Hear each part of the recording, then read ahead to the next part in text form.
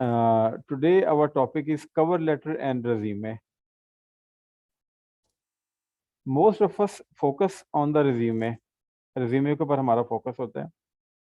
But the most important thing which basically motivates HR to go through your resume is your cover letter, and very few of us focus on cover letter. हम just उसको एक formality समझते हैं और दो चार लाइनें लिखी और भेज दी, और हम भूल जाते हैं कि कवर लेटर कितना इम्पोर्टेंट होता है. वो कवर लेटर चाहे एक ट्रेडिशनल फॉर्म में हो, हम एक लेटर लिख के और रिज्यूमे साथ अटैच करके भेजें, या वो हम ईमेल की फॉर्म में भेजें.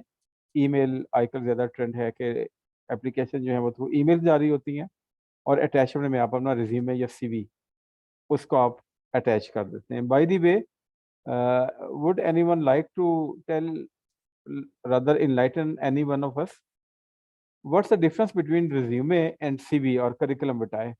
Any one of you?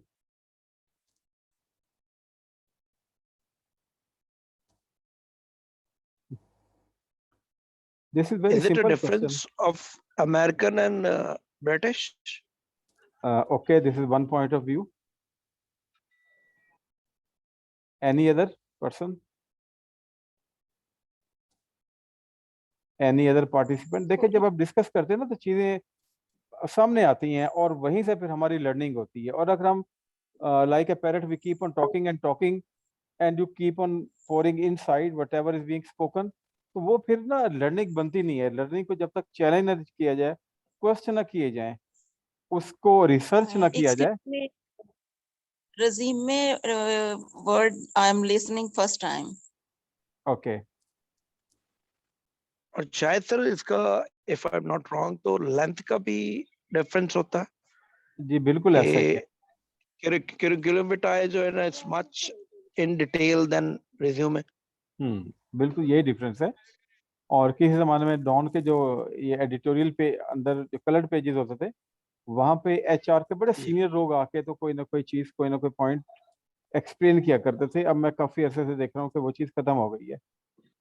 तो नॉर्मली तो लोग सीवी और रिज्यूमे को एक ही तौर पे लेते हैं कि आप उसका रिज्यूमे कर लो या सीवी कर लो. रिज्यूमे का मतलब है शॉर्ट फॉर्म, कि आपकी जो भी एजुकेशनल डिटेल्स हैं या बाकी चीज़ें हैं वो एक पेज या थोड़ा सा ज़्यादा आप उसको कर लें, वहाँ तक आ जाएं. मतलब it is a very precise introduction of who you are academically and professionally. और जो सीवी है या करिकुलम विटाए है, वो डिटेल्ड इंफॉर्मेशन होती है. यानी कि अगर किसी जगह आप अप्लाई करना चाह रहे हैं और वो कह रहे हैं कि send your resume, just imagine आप उसकी जगह पे 4 पेज की सीवी उसको अपलोड कर देते हैं जहाँ पे 1 पेज रिक्वायर्ड है. तो what will be your impression, because you are not physically there, you are being short listed. ठीक है. तो इस फर्क को भी ध्यान में रखना जरूरी है कि जो रिज्यूमे है इट्स नॉर्मली ऑफ 1 पेज, और जो सीवी है वो 2 और मोर देन 2 पेजेस, 3, 4, 5 पेजेस के ऊपर भी लोग चले जाते हैं जब उनका एक्सपीरियंस ज़्यादा होता है, उनकी रिसर्च ज़्यादा होती है, उनका जो जॉब प्रोफाइल है वो बड़ी डाइवर्स होती है. तो उस हवाले से जो है ये एक छोटा सा difference I wanted to explain, point out difference between resume and CV. अच्छा, अब हम देखते हैं कि जो एचआर हमें बताते हैं कि जो आपके रिज्यूमे हैं जिसमें आपने डिटेल करियर प्रोफाइल, अपनी एजुकेशनल हिस्ट्री, प्रोफेशनल हिस्ट्री, आपके एक्सपीरियंस, आपकी outstanding achievements, your USPs are your unique selling propositions, that means what makes you different from rest of the people. तो वो क्या क्या हैं? तो वो कहते हैं कि 61% of recruiters reject resume with typos. Typos का मतलब ये है ये जो स्पेलिंग और ग्रामर की हम गलतियां करते हैं. ठीक है, रिज्यूमे की बात हो रही है, लेकिन आज हमारा टॉपिक है कवर लेटर, लेकिन थोड़ा थोड़ा हम इसको भी टच दे रहे हैं रिज्यूमे को. नेक्स्ट क्लास में हम इंशाल्लाह रिज्यूमे को इन डिटेल देखेंगे. तो टाइपो जो है जल्दी में, जैसे हम शुरू में कहते हैं, लेक्चर में हमने कहा था in the initial classes of introduction of business writing, कि जो प्रोसेस ऑफ राइटिंग है उसमें एडिटिंग एंड रिवीजन, रिवीजन बड़ी ज़रूरी है. We do not go for revision. और अगर हम अपना रिज्यूमे किसी और से लिखवाते हैं तो then we go with a blind trust, और हम उसके ऊपर यकीन करते हुए फिर उस चीज़ को मेल करते, खुद उसको गो थ्रू नहीं करते. कम से कम 3 से 4 बार आप अपना जो रिज्यूमे है और जो आपका कवर लेटर है उसको ज़रूर गो थ्रू करें, ठीक है। और रिज्यूमे में देखें, अगर जहाँ पे आप अप्लाई कर रहे हैं उन्होंने कोई अपना फॉर्मेट दिया हुआ है तो आप उसको फॉलो करें। अगर फॉर्मेट नहीं है तो फिर आप, जब हम फॉर्मेट की बात करेंगे तो आप उसके ऊपर जाएं। और अब तो बने बनाए बहुत सारे आपको टेम्पलेट ऑनलाइन अवेलेबल हो जाते हैं। आप सिंपली अपनी इंफॉर्मेशन टाइप करते हैं ब्लैंक्स में और उसके बाद आप उसका प्रिंट ले सकते हैं। कुछ उसमें से पेड वेबसाइट्स हैं, पेज टेम्पलेट्स हैं, और कुछ उसके फ्री टेम्पलेट्स हैं। जो पेड टेम्पलेट्स हैं वो ज़ाहिर है कि ज़्यादा प्रोफेशनल, ज़्यादा चीज़ें होती हैं। तो ये आपको याद रखना ज़रूरी है कि आपका जो है रिज्यूमे, उसमें आपकी जो ग्रामेटिकल मिस्टेक्स हैं, चीज़ें हैं, वो बहुत ज़्यादा मैटर करती हैं। ये मैं शायद पहले भी आपसे कह चुका हूँ कि recruiter scan a resume for 6 seconds, 4 to 6 seconds उनको सिर्फ चाहिए होते हैं। अब उसमें क्या देखते हैं, आपने स्टार्ट कैसे लिया है, आपका जो कवर लेटर है, जो उस चीज़ें उसमें बताई हैं, क्या वही चीज़ें आपके रिज्यूमे के साथ मैच कर रही हैं, और कवर लेटर और जो जॉब डिस्क्रिप्शन है वो आपस में मैच कर रहे हैं। ये चीज़ आपको याद रखना बड़ा ज़रूरी है कि जब भी आप रिज्यूमे और कवर लेटर बना के भेजते हैं तो क्या आप किसी एडवर्टीजमेंट के जवाब में भेज रहे हैं, या आप बगैर ऐसे ही अपनी तरफ से उसको सेंड कर रहे हैं लोगों को कि जी मैं क्वालिफाई हो चुका हूँ या मैंने ये कोर्स कर लिया है, अब आप मुझको अपॉइंटमेंट दें अपनी डिपार्टमेंट या अपनी ऑर्गेनाइजेशन में। अब जो रिज्यूमे और कवर लेटर लिखे जाते हैं किसी एडवर्टीजमेंट के जवाब में, तो उसे कहते हैं सॉलिसिटेड, यानी कि किसी ने आपसे कुछ मांगा, उसके जवाब में आपने रिज्यूमे बनाया। अच्छा, वो एक बड़ी टेक्निकल सी जॉब है, क्योंकि वो एडवर्टीजमेंट में जॉब डिस्क्रिप्शन दिया होता है कि हमें ये क्वालिटीज चाहिए जिस शख्स को हम हायर करना चाह रहे हैं। वही चीज़ें आपके कवर लेटर के अंदर रिफ्लेक्ट होनी चाहिए और उन्हीं के ऊपर आपने अपने रिज्यूमे या सीवी के अंदर चीज़ों को एंटर करना है। अब मुझे भी जब आप लोग कुछ ने भेजे थे रिज्यूमे या सीवी, तो मैंने उनसे यही कहा था कि आप बताएं कि आपकी एडवर्टीजमेंट किधर है, किसके जवाब में आपने भेजे हैं, क्योंकि वो रिज्यूमे ज़्यादा इफेक्टिव होता है। जब किसी को जॉब के लिए लोगों की ज़रूरत है, वो एडवर्टाइज करते हैं, अपनी रिक्वायरमेंट देते हैं, आप उसके मुताबिक अपनी चीज़ें इनलाइन करते हैं, और जितनी कोर्सेज आपने किए हैं आप वो सारे मेंशन नहीं करते, बल्कि जो उस जॉब से रेलिवेंट है वो मेंशन करके आप भेजते हैं, तो फिर आपके चांसेस ज़्यादा बेहतर होते हैं। और 6 सेकंड में वो लोग सिर्फ यही चीज़ें देख पा रहे होते हैं कि whether you meet the job criteria और you do not meet the job criteria. ठीक है, इसको ध्यान में रखना ज़रूरी होता है। तो आपका जो यस कवर सर। लेटर है, और जी कोई क्वेश्चन?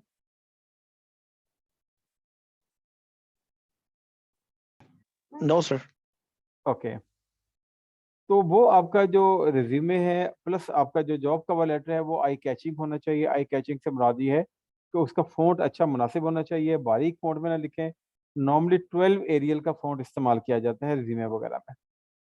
एरर फ्री होना चाहिए, उसमें गलती नहीं होनी चाहिए। अब वो गलती ग्रामर की हो सकती है, वो गलती स्पेलिंग की हो सकती है, वो गलती जॉब डिस्क्रिप्शन को मैच करने की हो सकती है। वो भी तो एक एरर है ना, कि वो कह रहा है कि मुझे एमएस ऑफिस चाहिए और आप कह रहे हैं जी मैंने फुटबॉल बहुत अच्छा खेला है।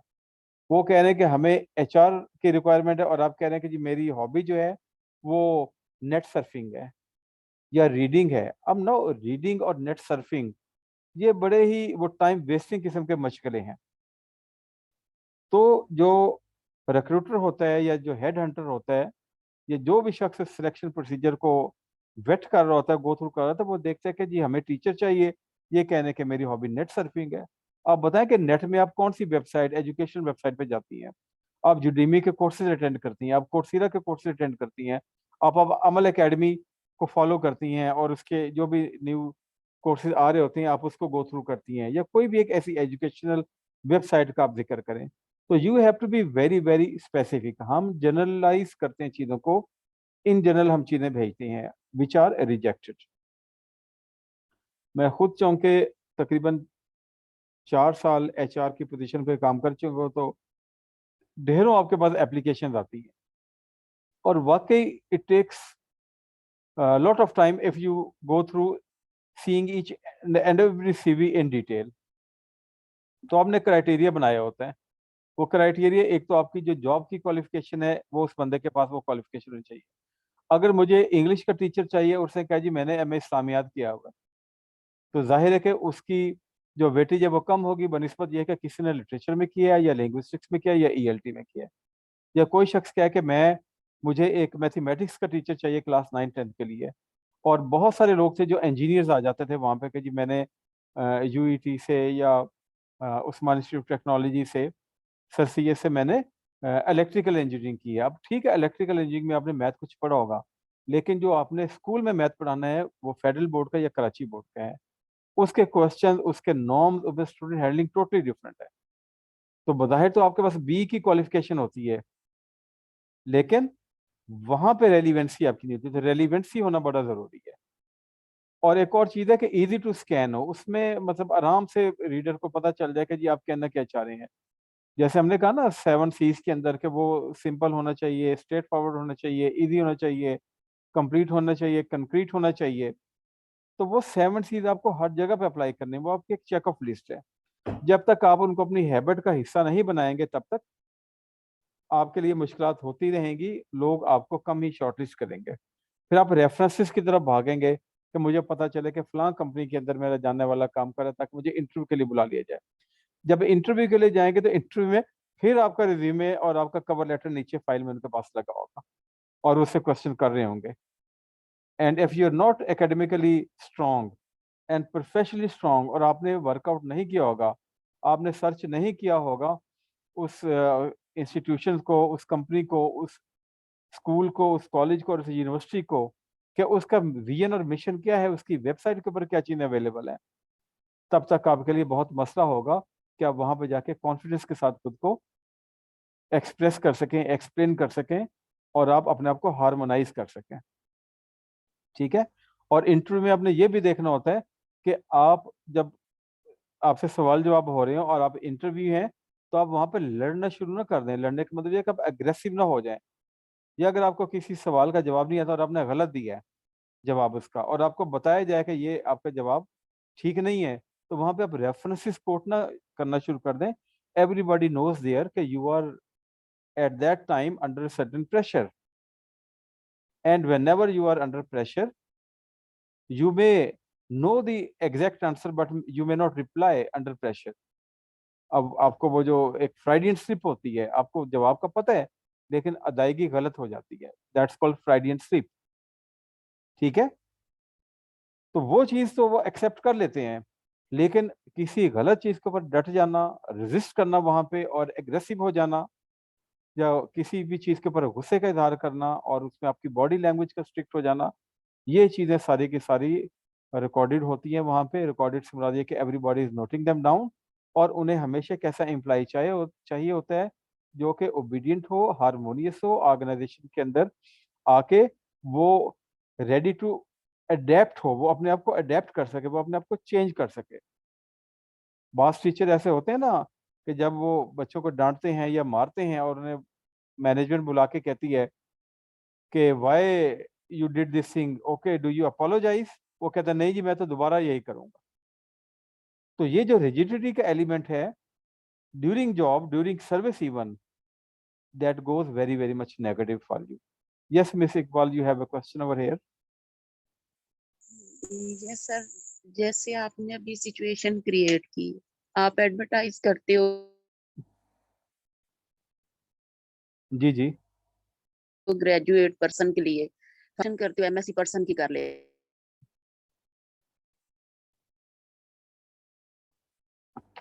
जी आपकी आवाज कट रही है, मुझे पूरी आवाज आ नहीं रही तो आपकी। व्हाट इज दिस, वहां पे इंसान आप एमएससी के ऊपर आपने एडवर्टाइज किया सिंपल ग्रेजुएट पर्सन के जी 5+ ईयर एक्सपीरियंस हो।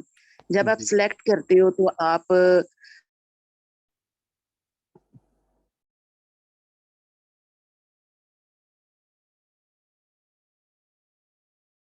एमएससी पर्सन को सिलेक्ट कर लेते हो, तो एप्लीकेशन के अंदर ही ये अनाउंस करें कि हमें एमएससी पर्सन चाहिए, दूसरे लोग अप्लाई ना करें। ये भी तो रूल्स होने चाहिए ना उसी तरह से। या एथिकली, फिर एथिकली यही होना चाहिए। और बहुत सारी ऐसी जगह मैं खुद जानता हूँ जहाँ पे ऐसे ही होता है। Criteria job description is mentioned very much over there, इसके बावजूद जब जाहिर है क्या अनएम्प्लॉयमेंट हर बहुत जगह पे ज्यादा ऐसे है। हो रहा आपका को ऐसा हर जगह पे नहीं हो रहा होता। लेकिन लोग हर बंदा चूंकि अप्लाई अनएम्प्लॉयमेंट इतनी ज्यादा है, लोग जॉब स्विच करना चाहते हैं, तो वो बहुत सारी ऐसी सीवीज वहां पे आ जाती हैं जो कि मैच नहीं करती। जाहिर है कि फिर उनको एंटरटेन नहीं किया जाता। लेकिन जो आप कह रही हैं अगर वो किसी जगह पे हो रहा है तो वो अनएथिकल प्रैक्टिस है और ऐसा नहीं होना चाहिए। I fully agree on this point. और ऐसा कम ही ऑर्गेनाइजेशन में होता है, मैच्योर और जो थोड़ी सी रिनोन्ड ऑर्गेनाइजेशन है उसके अंदर they are having a recruitment team, और वो हर चीज हर क्राइटेरिया को चेक कर रही होती है।